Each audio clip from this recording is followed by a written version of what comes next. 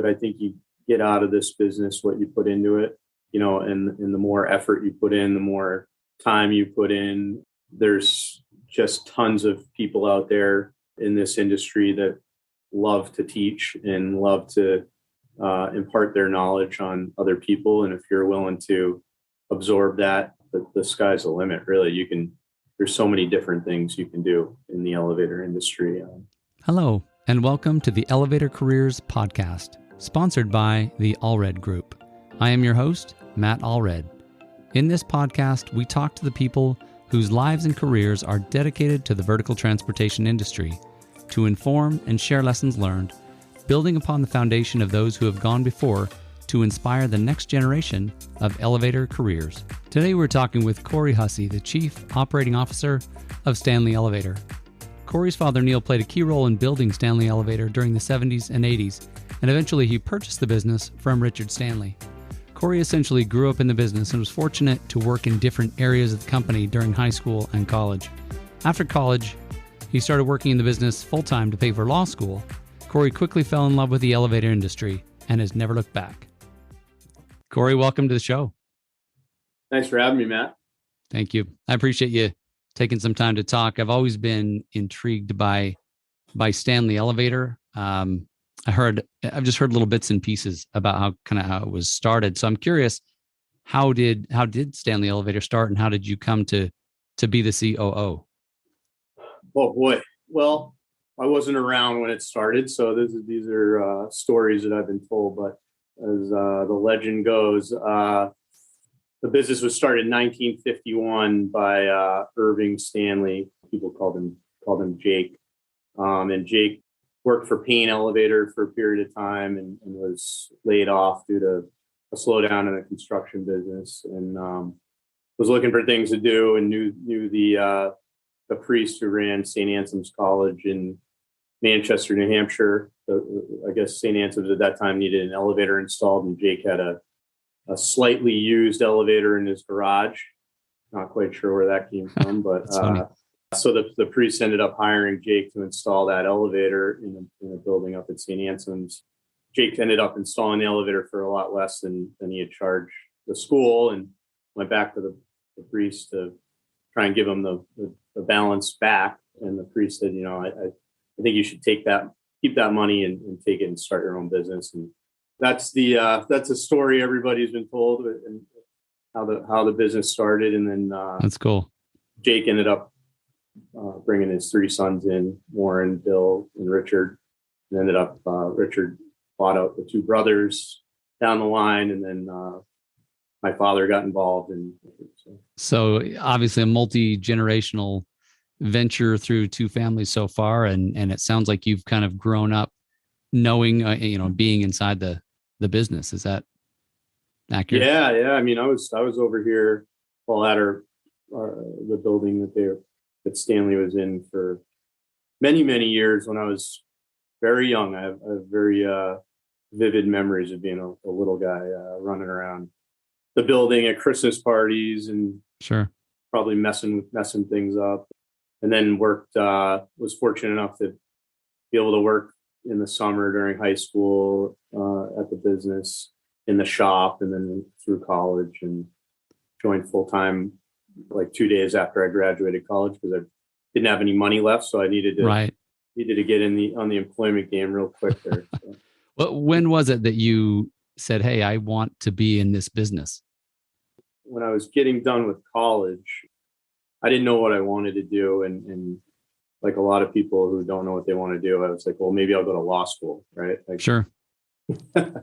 So my father said, well, if you're going to go to law school, rather than borrow money to do it, why don't you work during the day? And there's a school in Boston called Suffolk, and you could take night classes. And so I started doing that, and not thinking I was ever going to work for my father or the elevator business, but I'd say a year or two in, started to really enjoy it, and haven't looked back since. So that is awesome. What is it that you love most about the industry? I really like how dynamic the business is. From the outside, people who aren't in the industry probably think, it's elevators, it's boring, it's straightforward. But I mean, I always tell people I sit down on Sunday nights pretty religiously and put together a plan for the week. And by 9 a.m. on Monday morning, that plan's totally out the window. There's every day brings something totally different, a new challenge, but the challenges are, although difficult sometimes, they're rewarding too. I think you feel a pretty good sense of accomplishment getting through the day-to-day things in the business, but not for everybody, certainly, but I think for the right type of person, this is a really engaging business for sure. That's cool.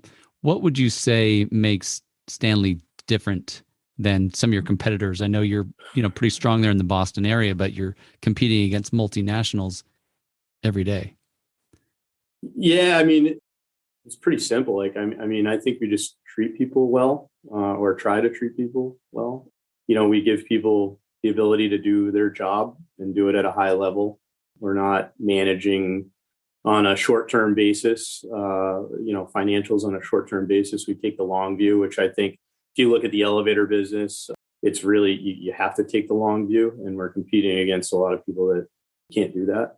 So, I think our people are by far the biggest differentiator for us. We bring in folks that care a lot about not only Stanley, but of course our customers. And when somebody's elevator's down, people take it personally and do everything they can to make sure we can be there for them and get it up and running as quickly as possible. So that's pretty much, other than that, we probably look pretty similar to everybody else.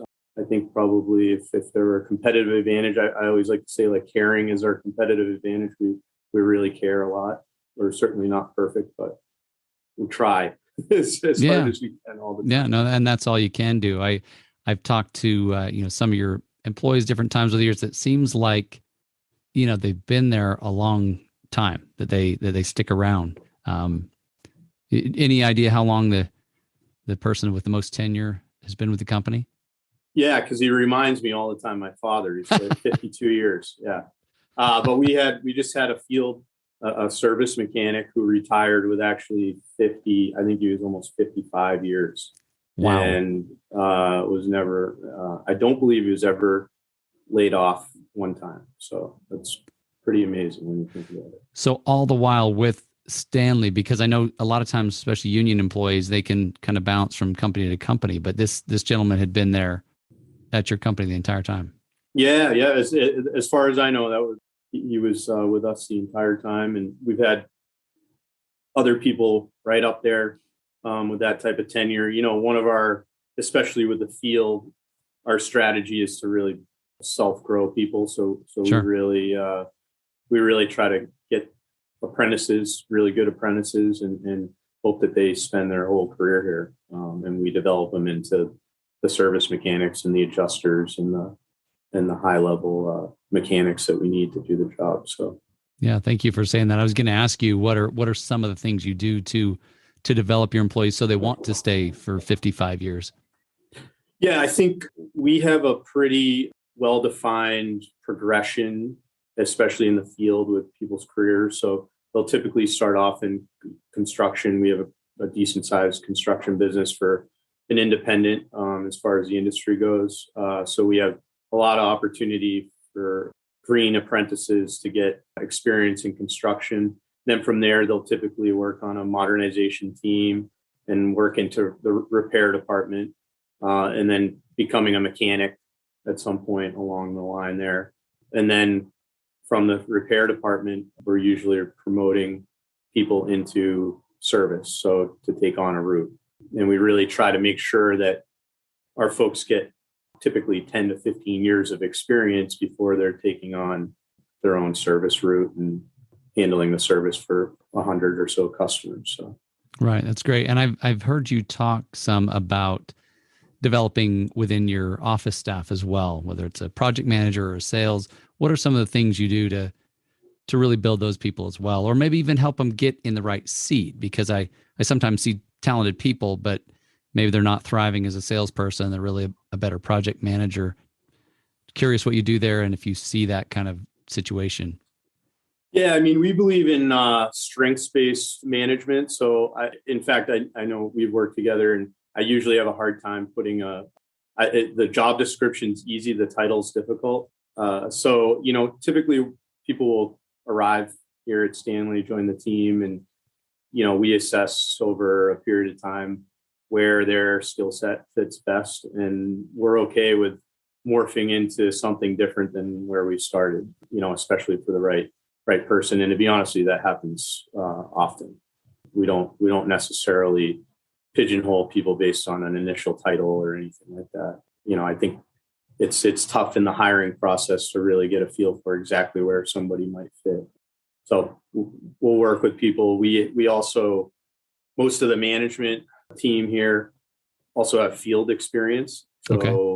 they, I'd say 3/4 were mechanics, licensed mechanics at one point in their career.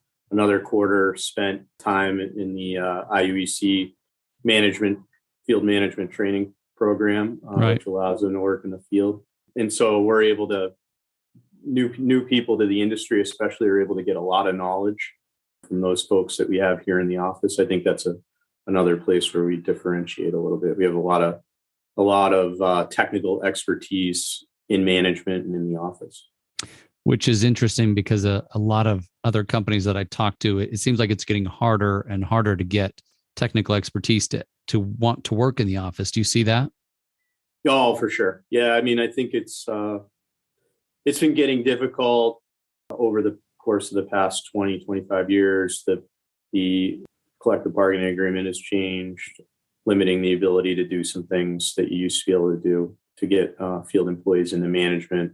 The private market for insurances and retirement plans is different than what the union can offer. And it's a challenge. I think we've been able to do a pretty good job navigating that, identifying the right people and attracting them in different ways to kind of jump over to the management side.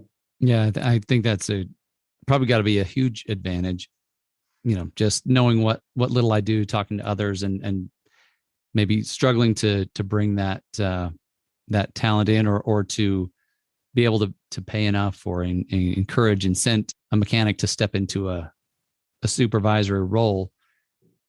I mean, we look at it like we're only as good as the field. Stanley's only going to be as good as the people Sure. performing the work out there. And so, I think it's critical you have people who can support those folks in the field, who can empathize with them and understand what they're going through and understand their perspective. It's critical. I don't even know how people run companies any other way. Right. Well, I imagine that if you bring somebody who knows very little or nothing about working on an elevator, and they're trying to manage a group of union mechanics that have been at it for years, right? It's got to be, I would I think it'd be extremely hard. And not only that, the mechanics, I would think, would have a hard time respecting someone who really doesn't know what they do or how they do it. Yeah, I mean, it's again, it's the type of industry that there's no textbook you can study to get the knowledge you need. It's just, I think my father always used to say, there's no geniuses, or just people who've been around a long time here. And, it truly, I see new things every day. Sure. And, you just got to kind of slowly, incrementally get that experience. And it must be extremely hard for somebody new to the business to come in and try and manage seasoned field mechanics. I can't even imagine how it's done. Sure. What would you say are some of we talked about, this particular staffing challenge, but as an independent, I imagine you have some different challenges than some of the bigger players. I know when I used to be an HR guy for a big Fortune 500, the attitude was kind of like, hey, people look us up. They come find us because they like us and our brand and they want to work for us. How does that affect you as an independent player in your market? Yeah, I mean, I mean, obviously, I think our name is somewhat recognizable in the industry, but you've got names that are recognizable worldwide that we compete against, and sure, their ability to attract, especially talent like right out of college and things like that, is probably greater than our ability to do that. But we just, again, I think we try to do it, fly under the radar a little bit. And we've had pretty good luck getting really great people to come work here. So whatever we're doing, I guess, I don't know if it's working, but the fact that we can get good people, I guess that's proof that it's that it's somewhat working. Sure. Just keep doing it, right? Yeah, that's it. Yeah. That's cool. What are some of the big changes that you've seen over the last, I guess, 20 years or so? And curious what your thoughts are as you carry forward with those changes. Yeah, I mean, I think the changes, let's see. Well, there's been a lot of changes with technology. Sure. Customer demand. So the customer has changed, especially on the service side. There's a lot more paperwork involved, a lot more administrative work than there probably was when I started in the business, even 20 or so years ago. It's really ramped up, and I mean, COVID's even accelerated that even more. There's just all sorts of hoops that you have to jump through to access people's sites, and construction the same way. A lot of paperwork around safety, and so we end up dealing with a lot more administrative type tasks. So we've really got a layer of administrative people, that work in conjunction with the more technical folks. So that's been a change. I think regulation has changed pretty significantly in the past 20 years. I also think the type of individual that's getting recruited into the IUEC apprenticeship program has changed. You just don't see a lot of young folks with mechanical experience. So, where maybe not 20 years ago, but let's say 30, 40 years ago, sure, kids in high school worked on their cars. That was what they did for fun. Now I think kids in school are much more working on computers and things like that. So, they bring certain skills with the computers, but we also have to still service older equipment, and elevators are still a mechanical device. And so there's a certain level of mechanical aptitude that you need to excel in the business. So, we've certainly seen a change there where we have to work pretty hard to help get people up to speed, especially on the mechanical side. That's interesting. So it's like the mechanical piece of that skill set isn't as prevalent, or maybe isn't as deep as than it used to be in the past. Yeah, I mean, I think it's like I said, what young people do now is different than what they might have been doing years before. And then that said, certainly more established mechanics. Sometimes we have training with computers for them, and they're really good mechanically. So it's just a change. I'm not sure it's negative, positive. It's just different. Yeah. No, thank you for explaining that. Curious if you, and maybe we'll end with this question, and that is, if you were to give some advice to maybe who's somebody who's coming into the trade, or what would you say to them? Yeah, I mean, I think and this is probably cliche, but I think you get out of this business what you put into it, and the more effort you put in, the more time you put in. There's just tons of people out there in this industry that love to teach and love to impart their knowledge on other people. And if you're willing to absorb that, the sky's the limit, really. There's so many different things you can do in the elevator industry. If I were coming out of college right now, that would be really attractive to me. There's a lot of opportunities, and there's a lot of places to go in the business, and also a lot of opportunity to learn and figure out your path that works best for you. So I love it. I think for the right people, this is a great business to be in. And, again, the proof is in the fact that I know a lot of people that started their careers in the elevator business, and I don't know very many people that ever leave. So absolutely. And I see that something right there. Absolutely. I see that a lot, that, people stay. And I do see, to your point, people love to teach. They love to be mentors. They love to bring somebody up. And so just a willingness to receive that gift is what I hear you saying. It just, if you just open your mind, you can do all kinds of things because of the, Yeah, for sure. There's no limit on opportunity. So that's awesome. a good thing. Cory, thank you for being on today. I appreciate the time and wish you the very best in your business. Thanks, Matt. You too. Thank you. Bye-bye.